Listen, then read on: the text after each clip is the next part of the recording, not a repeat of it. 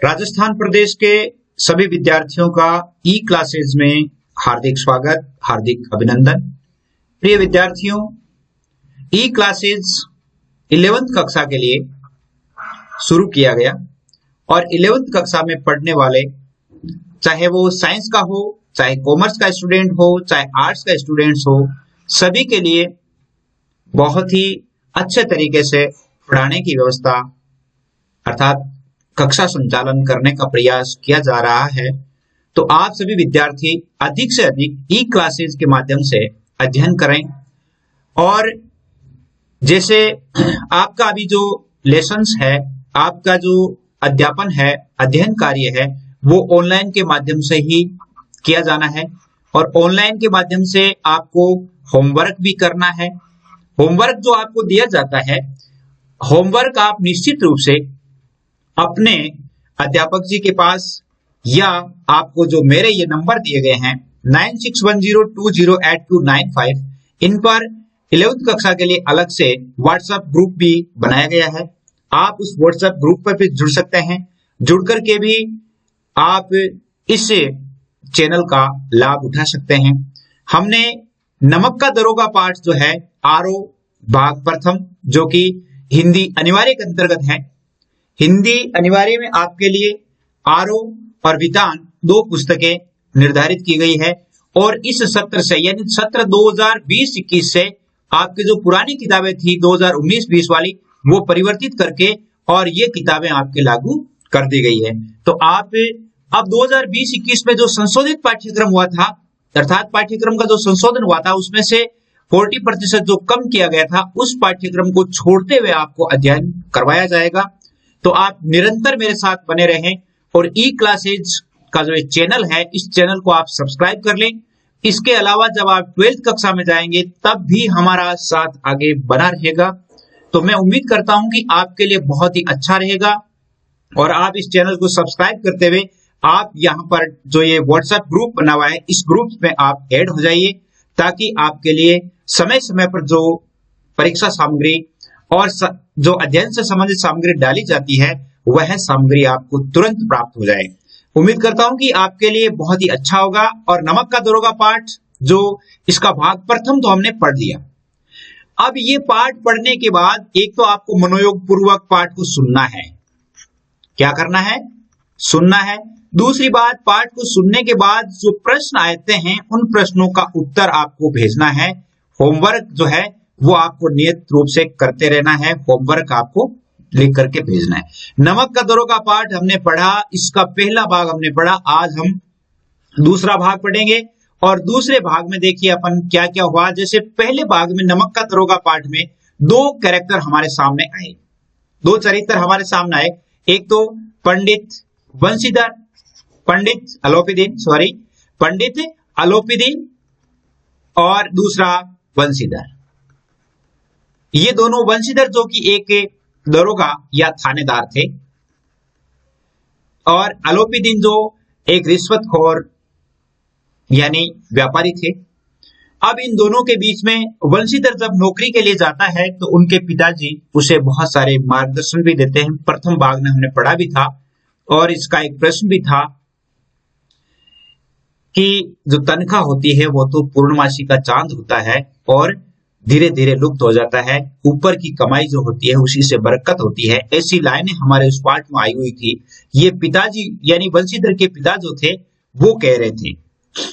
अब अलोपीदीन के और बीच में यानी अलोपीदीन एक बार पकड़ा जाता है और पकड़े जाने पर बंशीधर को अपनी रिश्वत के बल पर खरीदना चाहता है कि तुम इतने रुपए ले लो, इतने रुपए। लेकिन बंशीधर जो एक नेक, ईमानदार और कर्तव्यनिष्ठ एक थानेदार होने के नाते, दरोगा होने के नाते, वह उनकी बातों में नहीं आता है और अपनी पूरी ईमानदारी का परिचय देता है।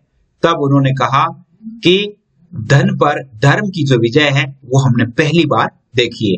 अब आगे क्या होता है देखिए। जब वो हिरासत में ले लेता है, यानी पंडित अलोपीदीन को जब वो हिरासत में ले लेता है, तो हिरासत में लेने के बाद क्या होता है, किस प्रकार मुकदमा चलता है, इनमें से कौन जीतता है, पंडित अलोपीदीन जीतता है या बंशीधर जीतता है, कहानी का एंड क्या होता है, आइए हम पढ़ते हैं और आगे देखते हैं।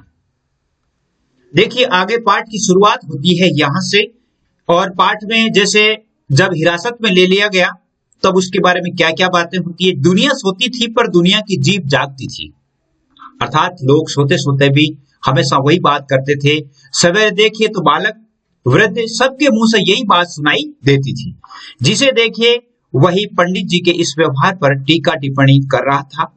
निंदा की बौछारें हो रही थी, मानो संसार में या संसार से अब पापी का पाप कट गया। पानी को दूध के नाम पर बेचने वाला ग्वाला, कल्पित रोजनामे से भरने वाला अधिकारी वर्ग और रेल में बिना टिकट सफर करने वाले बाबू लोग, जाली दस्तावेज बनाने वाले सेठ साहूकार, सब के सब देवताओं की भांति गर्दनें चला रहे थे। अर्थात सब के सब ये सोच रहे थे कि अब हमारी भी खैर नहीं है। उस समय की जो लोग बेईमानी करते थे उन बेईमानी करने वाले लोगों का जिक्र लेखक ने इसमें किया है।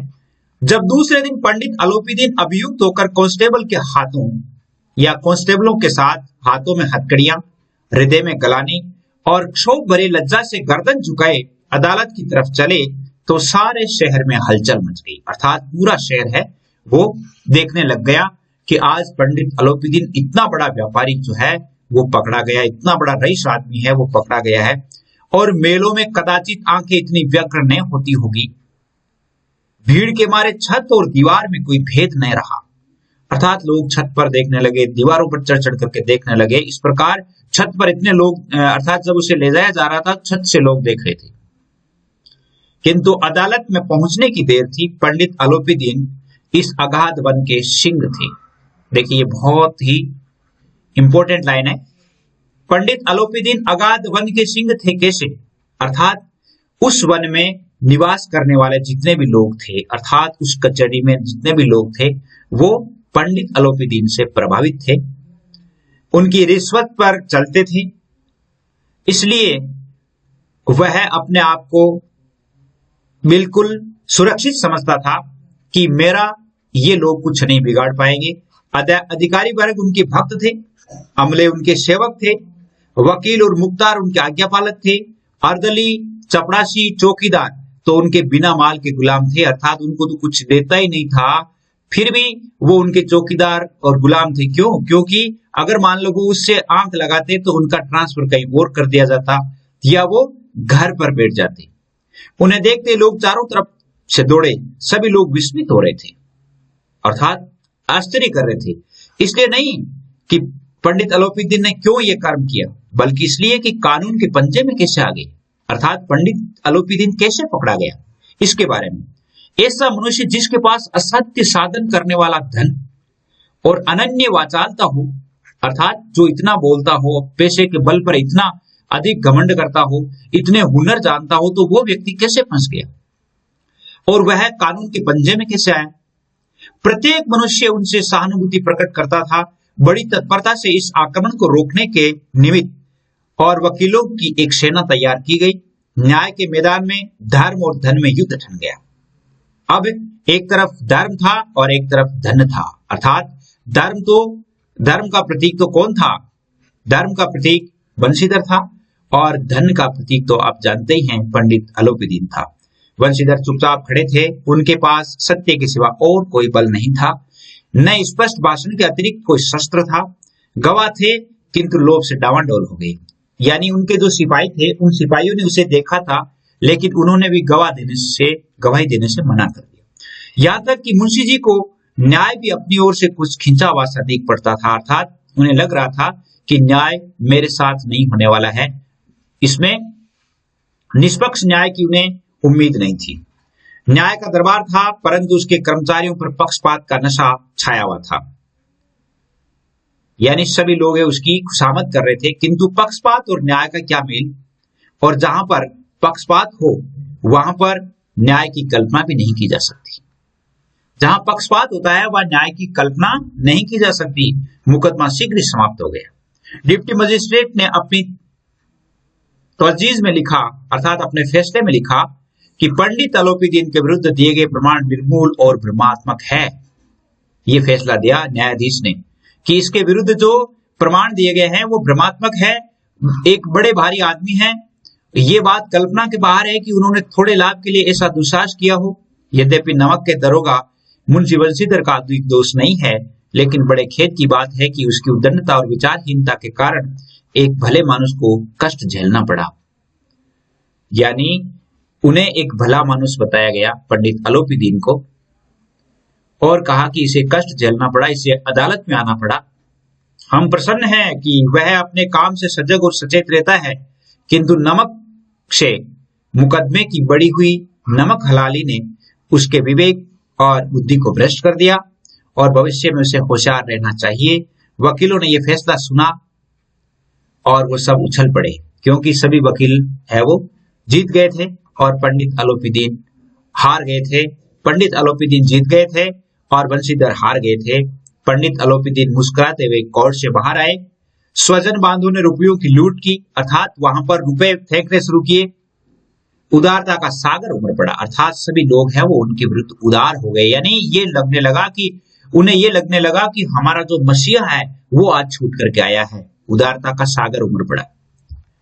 उसकी लहरों ने अदालत की नींव तक हिला डाली, अर्थात जोर जोर से अलोपीदीन जिंदाबाद के नारे लगे।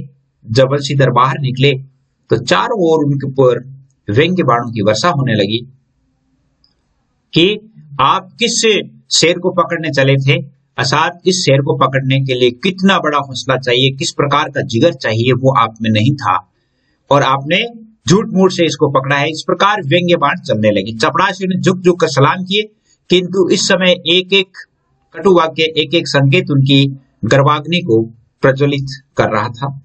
कदाचित इस मुकदमे में सफल होकर वे अकड़ते हुए न चलते। आज उन्हें संसार का एक खेदजनक विचित्र अनुभव हुआ। अर्थात खेदजनक विचित्र अनुभव कैसे हुआ? आज उन्हें यह महसूस हुआ कि वास्तव में न्याय के पक्ष में दुनिया नहीं है और लोग किस प्रकार डामाडोल हो जाते हैं। अर्थात रिश्वत के बल पर व्यक्तियों के जो गवाह किस प्रकार बदल दिए जाते हैं। एक संसार का नया अनुभव उन्हें मिला। न्याय और विद्वता, लंबी चौड़ी उपाधियां, बड़ी बड़ी दाढ़ियां, ढीले चोंगे और एक भी सच्चे आदर के पात्र नहीं है। उन्होंने देखा कि ये जो लोग बड़े बड़े अफसर हैं, ढीले चोगे पहने हुए बड़े बड़े जो वकील हैं, ये सभी कोई भी आदर के पात्र नहीं। सच्चाई इनमें 1% भी नहीं है। बंशीधर ने धन से मोल बेर लिया था। बेर जो है वो धन से बेर है वो मोल ले लिया था और उसका मूल्य चुकाना अनिवार्य था, अर्थात वो धन के बल पर हार गया था। कठिनता से 1 सप्ताह बीता होगा कि मुअत्तली का परवाना आ पहुंचा, अर्थात अदालत से एक आदेश आया। कार्यपारायणता का दंड मिला। बेचारे भग्न हृदय, शोक और खेद से व्यतीत घर को चले, अर्थात उन्हें नौकरी से निकाल दिया गया।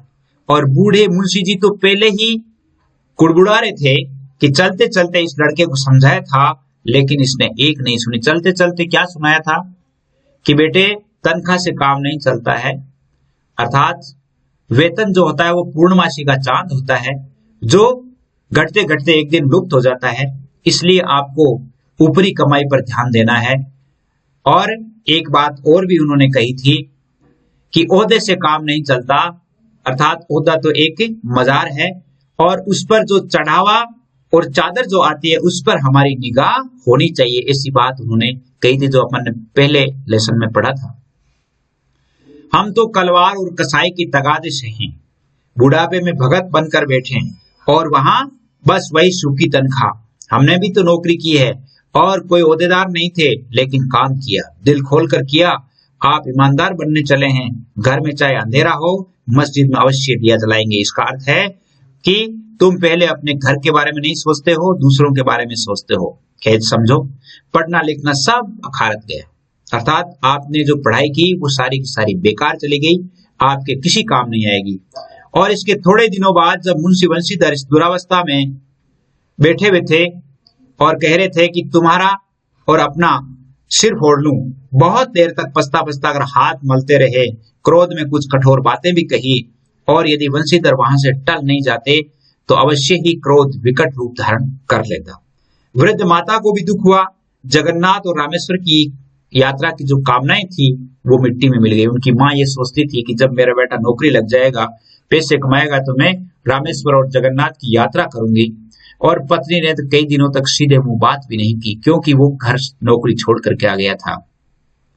इसी प्रकार एक सप्ताह बीत गया और संध्या का समय था।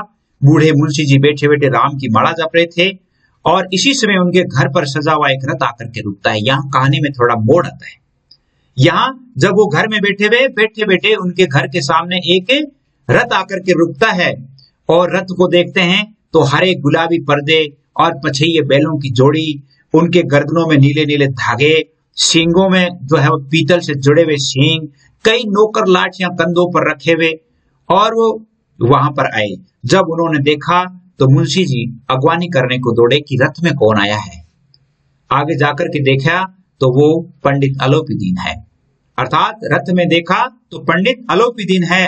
झुक करके दंडवत की, अर्थात चरण स्पर्श किए और लल्लो चप्पो की बातें करने लगे, अर्थात अपनी जो गलतियां थी उन गलतियों को सुधारने की बात करने लगे और कहने लगे कि हमारा भाग्य उदय हुआ जो आपके चरण इस द्वार पर आ गए, और आप हमारे पूज्य देवता है, आपको कौन सा मुंह दिखावे, हमारे मुंह को कालिक लगी हुई है।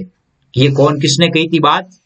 ये बंशीधर के पिता ने, बूढ़े मुंशी जी ने, कि हमारे मुंह पर कालिक लगी हुई, अर्थात हमने आपके विरुद्ध, हमारे बेटे ने जो बात कही, आपको पकड़ करके ले गए, अदालत में घसीट करके ले गए, ये बात हमने, हमारे बेटे ने अच्छा नहीं किया, इसलिए मैं शर्मिंदा हूं। किंतु अपने बेटे पर भला बुरा कहते हुए वो कहते हैं, किंतु क्या करें, लड़का अभागा कपूत है, नहीं तो आपसे क्यों मुंह छिपाना पड़ता। ईश्वर निसंतान चाहे रखे पर ऐसी संतान नहीं दी। यानी बूढ़े मुंशी जी अपने एक कर्तव्यनिष्ठ बेटे के प्रति कह रहे हैं। अलोपीदीन ने कहा, नहीं भाई साहब, ऐसा मत कहिए। मुंशी जी ने चकित होकर कहा कि ऐसी संतान को और क्या कहूं। अलोपीदीन ने वात्सल्यपूर्ण स्वर में कहा कि कुल तिलक और पुरुषों की कीर्ति उज्जवल करने वाले संसार में ऐसे कितने धर्मपरायण मनुष्य हैं जो धर्म पर अपना सब कुछ अर्पण कर देते हैं। अर्थात धर्म के बल पर अपनी ड्यूटी के लिए जो अपना सब कुछ अर्पित कर दे, ऐसे बहुत कम मनुष्य मैंने देखे हैं, जिनमें से आपका बेटा भी एक है। पंडित अलोपीदीन ने बंशीधर से कहा, दरोगा जी, खुशामद नहीं समझिए, खुशामद करने के लिए मुझे इतना कष्ट नहीं उठाने की जरूरत नहीं थी। उस रात को आपने अपने अधिकार बल से मुझे अपनी हिरासत में ले लिया था, किंतु मैं आज स्वेच्छा से आपकी हिरासत में आया हूं। अर्थात उस दिन आपने मुझे पकड़ा, आपकी कस्टडी में लिया, लेकिन आज मैं स्वयं चल करके आपकी कस्टडी में आया हूं। मैं कुछ सोच विचार करके आया हूं और मैंने हजारों रईस और अमीर देखे हैं, हजारों उच्च पदाधिकारियों से मेरा काम पड़ा है, किंतु मुझे परास्त किया तो आपने। कैसे परास्त किया? मैंने सबको अपना और अपने धन का गुलाम बना करके छोड़ दिया, लेकिन आप एक पहले शख्स थे जो मेरे धन के गुलाम नहीं बने। मुझे आज्ञा दीजिए कि आपसे कुछ विनय करूं। बंशीधर ने अलोपीदीन को आते देखा तो उठकर आदर सत्कार किया, किंतु आदर सत्कार स्वाभिमान सहित किया। समझ गए कि ये वहां से मुझे लज्जित करने के लिए जलाने आए हैं। क्षमा प्रार्थना करने की चेष्टा नहीं की, वरन उन्हें अपने पिता की ठकुर स्वार्थी बातों को, और बात बहुत ऐसे प्रत्युत हो रही थी। अर्थात पिताजी कह रहे थे ना, मेरा जो बेटा है वो अच्छा, मतलब इस प्रकार के जो कपूत बेटा है, इसलिए उसने आपसे बेर मोल ले लिया, इस प्रकार मुझे निसंतान रखते तो ये अच्छा रहता। ये बातें उन्हें अच्छी नहीं लग रही थी, लेकिन फिर भी उन्होंने घर आया का सम्मान किया। पर पंडित जी की बातें सुनी तो मन की बेल मिट गई। अर्थात अलोपीदीन के जो आस्वर थे, उन स्वरों को देख करके पंडित जी की उड़ती हुई दृष्टि से देखा उनको तो सद्भाव झलक रहा था, उनके चेहरे पर सद्भाव था और बंशीधर के प्रति सम्मान था। गारो ने अब लज्जा के सामने सिर झुका दिया था। शर्माते हुए बोले, आपकी उदारता है जो आप ऐसा कहते हैं, और मुझसे जो कुछ अविनय हुई है उसे क्षमा कीजिए। मैं धर्म की बेड़ी में जकड़ा हुआ था, नहीं तो वैसे भी मैं आपका दास हूं। ये बात कही, जो आज्ञा होगी वो मेरे सिर माथे पर। अलोपीदीन ने विनीत भाव से कहा, नदी तट पर आपने मेरी प्रार्थना स्वीकार नहीं की थी, किंतु आज स्वीकार करनी पड़ेगी। नदी तट पर उन्होंने क्या प्रार्थना की थी कि आप इतने रुपए ले लीजिए, मुझे छोड़ दीजिए। बंशीधर बोले, मैं किस योग्य हूं, किंतु जो कुछ सेवा मुझसे हो सकती है उसमें त्रुटि नहीं होगी, और मैं बिल्कुल कर्तव्यनिष्ठ होकर के आपकी सेवा करूंगा। अलोपीदीन ने एक स्टाम्प लगा हुआ पत्र निकाला और उसे बंशीधर के सामने रख करके बोले, इस पद को स्वीकार कर लीजिए, जो मैं आपको पद दे रहा हूं वो स्वीकार कर लीजिए, इस पर अपने हस्ताक्षर कर दीजिए। मैं ब्राह्मण हूं, जब तक आप मेरा सवाल पूरा नहीं करेंगे मैं आपके दरवाजे से नहीं हटूंगा। मुंशी बंशीधर ने उस कागज को पढ़ा तो कृतज्ञता से आंखों में आंसू भर गए कि आज मेरी ईमानदारी का परिचय इनको हुआ है, आज मेरी कर्तव्य निष्ठा का परिणाम आया है। और पंडित अलोपीदीन ने अपनी सारी जायदाद का स्थायी मैनेजर उसे नियुक्त किया था, जिसमें इसकी तनख्वाह क्या थी, 6,000 वार्षिक वेतन के अतिरिक्त रोजाना खर्च जो था वो अलग से, सवारी के घोड़े, रहने को बंगला, नौकर चाकर मुफ्त में। और कंपित स्वर में बोले, पंडित जी मुझ में इतने सामर्थ्य नहीं है, अर्थात मैं इतना योग्य नहीं हूं आपकी उदारता की प्रशंसा कर, किंतु ऐसे उच्च पद के योग्य मैं नहीं हूं। अलोपीदीन हंसकर बोले, मुझे अयोग्य मनुष्य की जरूरत है। बंशीधर ने गंभीर स्वर से कहा, यूं मैं आपका दास हूं, पर आप जैसे कीर्तिवान सज्जन पुरुष की सेवा करना मेरे लिए सौभाग्य की बात है, किंतु मुझ में न विद्या है, न बुद्धि है, न स्वभाव है जो इन त्रुटियों की पूर्ति कर देता है। अर्थात आपके एक मैनेजर होने के लिए कितनी बड़ी योग्यता चाहिए, वो योग्यता मुझ में नहीं है। ऐसे महान कार्य के लिए एक बड़े मर्मज्ञ अनुभव की आवश्यकता होती है। अलोपीदीन ने कलमदान से कलम निकाली और बंशीधर के हाथ में देखकर बोले कि मुझे विद्वता की नहीं, मुझे ना तो विद्वता चाहिए, ना अनुभव, ना मर्मज्ञता और ना कार्यकुशलता। मैं सारे इन गुणों का महत्व खूब पा चुका हूं। अब सौभाग्य और सुअवसर ने मुझे वो मोती दिया है जिसके सामने योग्यता और विद्वता की चमक फीकी पड़ जाती है। योग्यता और विद्वता की चमक अर्थात यदि योग्यता हो, विद्वता हो, लेकिन उसमें यदि कर्तव्य निष्ठा नहीं हो, ईमानदारी नहीं हो, धर्म के प्रति अपने धर्म को डावाडोल होने देने वाला हो, तो इस प्रकार की विद्वता किस काम की। कलम लीजिए, अधिक सोच विचार मत कीजिए और दस्तखत कर दीजिए। परमात्मा से यही प्रार्थना है कि आपको सदैव वही नदी किनारे वाला बेमुरवत, उदंड, कठोर किंतु धर्मनिष्ठ दरोगा बनाए रखे। अर्थात आप मेरे मैनेजर हो तो आप मेरे मैनेजर बनकर के जिस दिन मेरे सामने प्रस्तुत हुए थे वही रूप और वही चरित्र आपका सदा के लिए बना रहे। मैं आपसे यही अनुरोध करता हूँ। बंशीधर की आंखें डबडबा गई, आंखों में आंसू आ गए, हृदय के संकुचित पात्र में इतना एहसास नहीं समा सका। एक बार फिर पंडित जी की ओर भक्ति और श्रद्धा की दृष्टि से देखता और काम फीकते हुए हाथों से मैनेजरी के कागज पर हस्ताक्षर कर दिए और अलोपीदीन ने प्रफुल्लित होकर उन्हें गले लगाया। अर्थात अब दोनों में पंडित अलोपीदीन कितना बदल गया था। इस कहानी के माध्यम से लेखक हमें क्या बताना चाहते हैं कि जब हम अपने कर्तव्य की पालना करते हैं तो कर्तव्य एक बार दब जाता है, एक बार असफल हो जाता है, लेकिन अंततः जो व्यक्ति ईमानदार होता है, कर्तव्यनिष्ठ होता है और जो अपने धर्म के प्रति समर्पित होता है, उनके समर्पण का परिणाम सदैव अच्छा मिलता है। ये तो था आपका पाठ। अब आपको जो होमवर्क करके भेजना है वो आप देखिए। पहला प्रश्न है, दुनिया सोती थी पर दुनिया की जीभ जागती थी। दुनिया की जीभ जागती थी। पंक्ति से लेखक का क्या आशय है, अर्थात लेखक क्या कहना चाहते हैं। न्यायाधीश ने पंडित अलोपीदीन के बारे में क्या कहा। पंडित अलोपीदीन के बारे में जैसे अभी अपन ने पढ़ाई है। मुंशी बंशीधर ने अपने विपक्ष में अदालती निर्णय को सुनकर कैसा महसूस किया। जब अदालत ने उन पंडित अलोपीदीन को बरी कर दिया था, रिहा कर दिया था, तब उन्हें कैसा महसूस हुआ। पंडित अलोपीदीन ने मुंशी बंशीधर के घर क्यों गए तथा उन्हें अपना स्थायी मैनेजर क्यों नियुक्त किया। मुंशी बंशीधर को नौकरी से निकाल दिए जाने पर परिवारजनों का व्यवहार कैसा था। परिवारजनों का आपको पता ही है, जैसे पिताजी क्या कह रहे थे, माँ क्या कह रही थी, अर्थात उनके जो वर्षों की जो तमन्ना थी कि मुझे रामेश्वरम और विभिन्न तीर्थों की यात्राएं करनी है, वो सारी की सारी जो कामनाएं हैं वो धरी की धरी रह गई थी। और पत्नी ने सीधे मुंह बात नहीं की, पिता ने उसे कपूत तक कह दिया था। अब एक प्रश्न जो है वो तर्क पर आधारित है और ये प्रश्न आपको अपने आप ही करना है कि सत्य परेशान हो सकता है मगर पराजित नहीं। नमक का दरोगा कहानी के आधार पर सिद्ध कीजिए। इसके आधार पर आपको कुछ पंक्तियां लिखनी है, अर्थात इसको लगभग यानी 80 शब्दों से लेकर के 100 शब्दों तक इसका उत्तर लिखना है और आपको भेजना है।